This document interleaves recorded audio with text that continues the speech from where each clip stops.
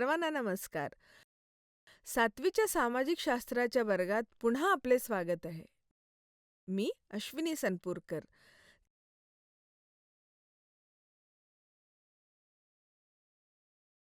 चला एक मनोरंजक विषयाने सत्राची सुरुवात करूया.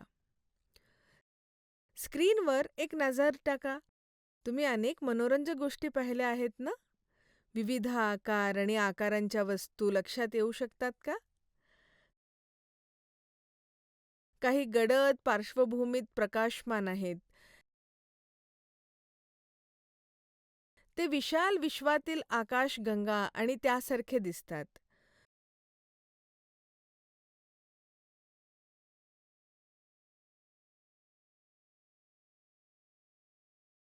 तुम्ही मागील वर्गामध्ये पृथ्वी आणि सूर्यमालाबद्दलच्या संकल्पना शिकलात.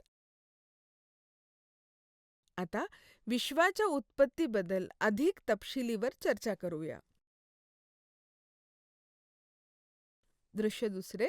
मुख्य विषयावर जाण्यापूर्वी खालील कीवर्ड्स पहा. विश्व म्हणजे संपूर्ण आकाश आणि त्यातील सर्व काही, ज्यामध्ये तारे, ग्रह, आकाशगंगा इत्यादींचा समावेश आहे. दृश्य तिसरे. पर्यावरण एखादी व्यक्ती, प्राणी किंवा वनस्पती ज्या परिसरात राहते किंवा कार्य करते ते परिसर किंवा परिस्थिती. सूर्यमाला एक तारा ज्याभोवती फिरणाऱ्या खगोलीय पिंडाचा समूह असतो. संकल्पना नकाशा पहा. या धड्यात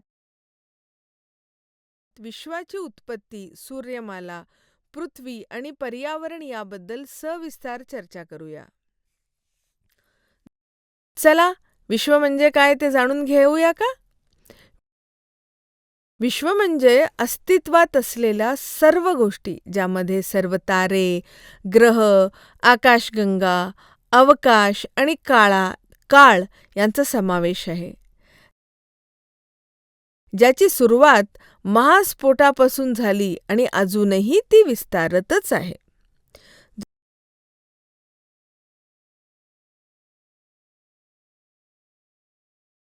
दृश्य सातवे.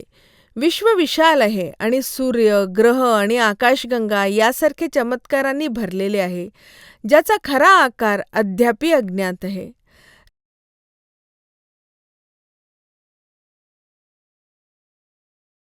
रशियामध्ये खगोलशास्त्र किंवा विश्वविज्ञानाची सुरुवात गॅलिलिओच्या दुर्बिणीच्या शोधाने आणि महत्त्वपूर्ण शोधांपासून झाली.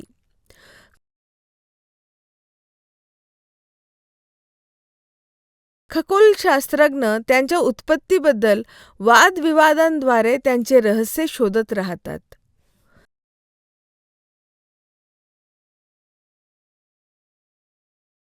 विश्वाची उत्पत्ती पाहूया. विश्वाच्या उत्पत्तीबद्दल अनेक सिद्धांत आहेत.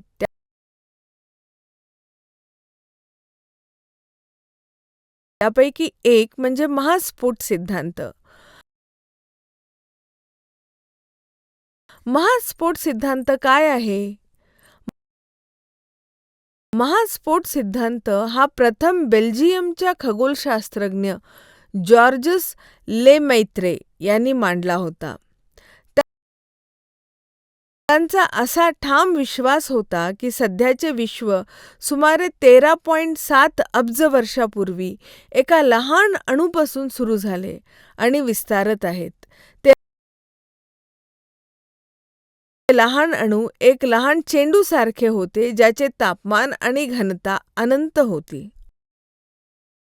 दृश्य 9. त्या अणूच्या वाढत्या तापमान आणि घनतेमुळे त्याचा स्फोट झाला आणि संपूर्ण विश्वात त्याचे छोटे छोटे तुकडे झाले. परिणामी विश्वात तारे, आकाशगंगा, ग्रह, उपग्रह आणि खगोलीय वस्तू तयार होतात.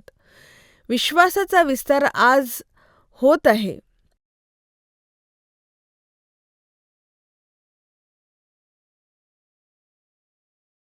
विश्वाचा विस्तार अजूनही होतच आहे. खगोलशास्त्रज्ञाच्या मते विश्वात किमान 125 अब्ज आकाशगंगा अस्तित्वात आहेत.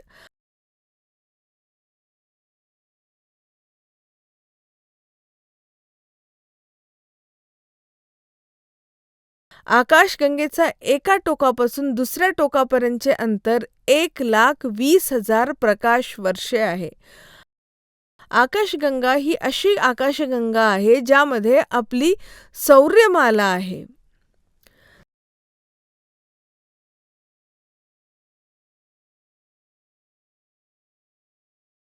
चला जाणून घेऊया सूर्यमाला म्हणजे काय. आपली सौर्यमाला सूर्य आणि 8 ग्रहांनी बनलेली आहे. ते ग्रह म्हणजे बुध, शुक्र, पृथ्वी, मंगळ, गुरु, शनी, युरेनस आणि नेपच्यून.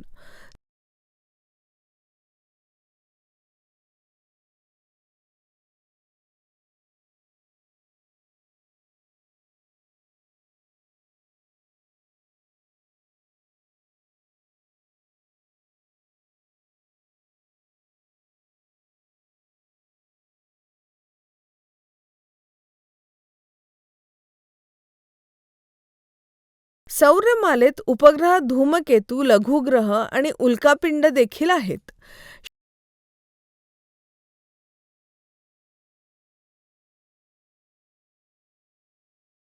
शास्त्रज्ञांचा असा अंदाज आहे की आपली सौरमाला सुमारे 4.6 अब्ज वर्षापूर्वी तयार झाली होती. सौरमंडळाच्या उत्पत्तीबद्दल पाहूया. सौरमंडळाच्या उत्पत्तीबद्दल अनेक सिद्धांत आहेत.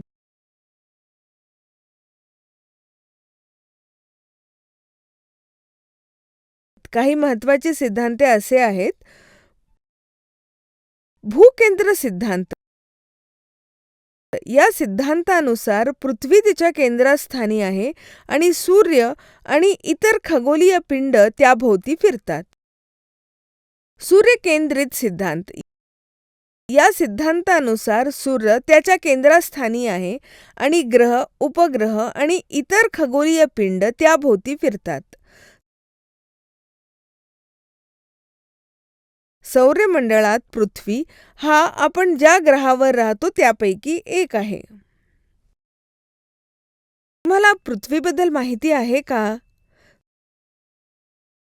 सूर्यापासून आदर्श अंतर असल्याने सर्व सजीवांना जगण्याची परवानगी असल्याने आपल्याला सौरमंडळात पृथ्वी हा एकमेव ग्रह जीवनाचे समर्थन करतो.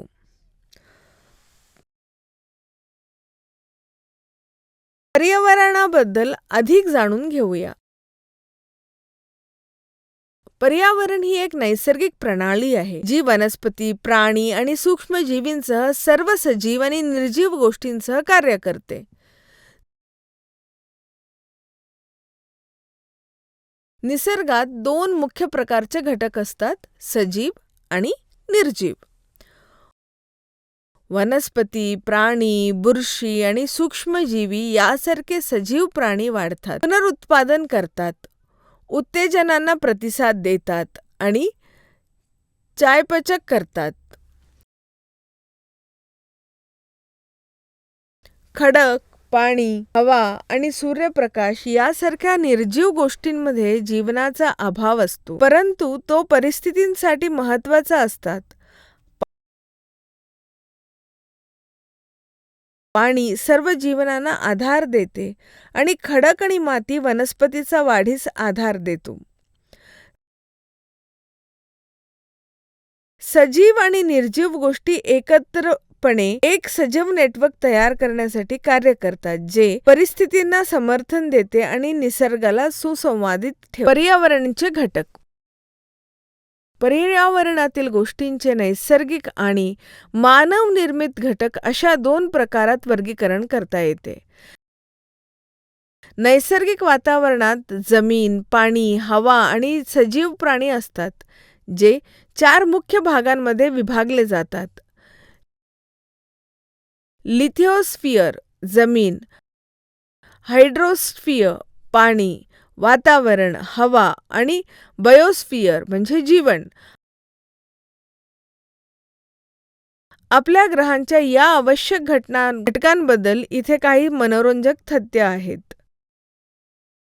लिथोस्फिअर हा पृथ्वीचा कठीण बाह्य थर आहे, जो खडक आणि खनिजांपासून बनलेला आहे, ज्यावर मातीची पातळ थर आहे.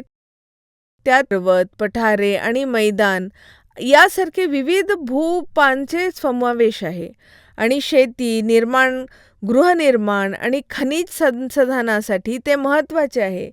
तर जंगल आणि गवताळ प्रदेश प्राण्यांना चरण्यासाठी आधार देतात. लिथोस्फिअरमध्ये क्रस्ट, मेंटल आणि केअर या क्रमाने 3 मुख्य थर असतात. अधिक माहितीसाठी तुम्ही इयत्ता 8वी मध्ये एक्सप्लोर कराल. जलमंडलामध्ये पृथ्वीवर सर्व आणि समाविष्ट आहेत. पृथ्वीवरील 71% पाणी असले तर फक्त 1% ताजे आणि वापरण्यायोग्य आहे. उर्वरित गोठलेले किंवा खारट आहे. त्यात नद्या, तलाव, समुद्र, महासागर आणि भूजल समाविष्ट आहेत. हे जीवनासाठी आवश्यक आहेत.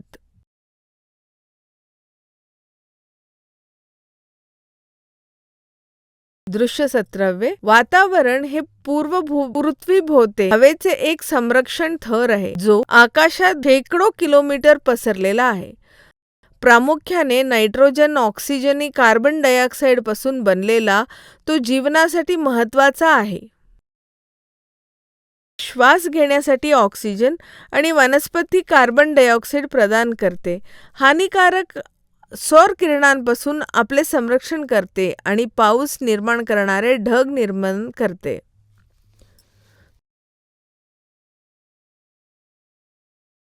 बायोस्फिअर हा पृथ्वीवरील एक असा भाग आहे जिथे प्राणी, जीव, मानव आणि वनस्पती एकत्र राहतात, जिथे जमीन, पाणी आणि हवा एकमेकांशी संवाद साधतात.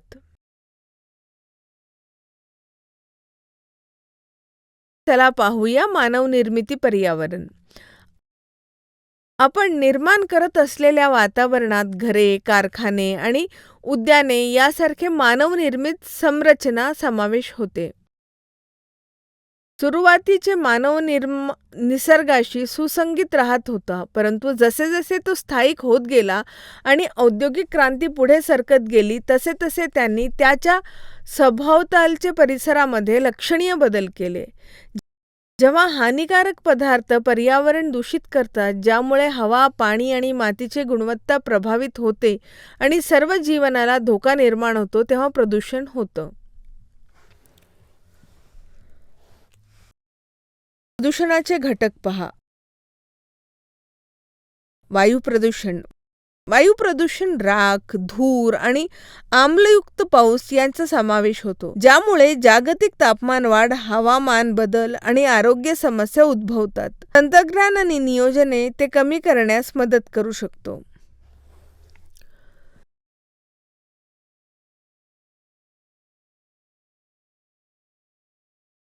जल प्रदूषण. पाण्याच्या गुणवत्तेतील बदल सजीवांना हानी पोहोचवतात. जेव्हा जल प्रदूषण होते, हे विविध प्रकारांच्या कचऱ्यामुळे होऊ शकते, जसे की पेपर मिल आणि कापड रंगवण्यासारख्या कारखान्यांमधून येणारा औद्योगिक कचरा, तसेच शेतातील खते आणि रसायने.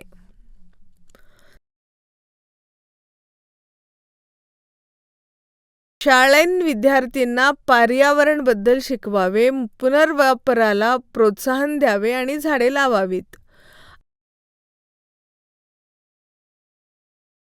आपण बायोगॅस आणि जैव इंधनासारख्या नूतनीकरणीय संशोधनाचे पर्याय शोधले पाहिजेत आणि सागरी जीवसृष्टीचे रक्षण करण्यासाठी औद्योगिक कचरा नद्यांमध्ये टाकणे थांबवले पाहिजे. नैसर्गिक आणि मानवीय पर्यावरण यांच्यात परिसरपूर्ण संतुलन राखणे आवश्यक आहे. आपण आपल्या पर्यावरणाचा योग्य वापर करायला आणि सुसंवादीपणे जगायला शिकायला पाहिजे. विषयाचा सारांश घेऊया. या विषयावरून आपल्याला असे शिकायला मिळाले की विश्वाची सुरुवात सुमारे 13.8 अब्ज वर्षापूर्वी महास्फोटाने झाली. कालांतराने तारे, ग्रह आणि आकाशगंगा तयार झाले, ज्यात आपली सौरमाला समाविष्ट आहे, ज्याच्यामध्ये सूर्य, 8 ग्रह आणि इतर अवकाशातील वस्तू आहेत.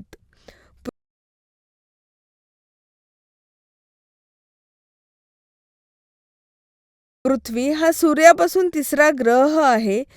त्याचे 4 मुख्य भाग लिथोस्फियर म्हणजे जमीन, वातावरण म्हणजे हवा, सल्फियर म्हणजे पाणी आणि जैवस्फियर जीवन आहेत. हे भाग ग्रहावरील सर्व सजीवांना आधार देणारे वादी करतात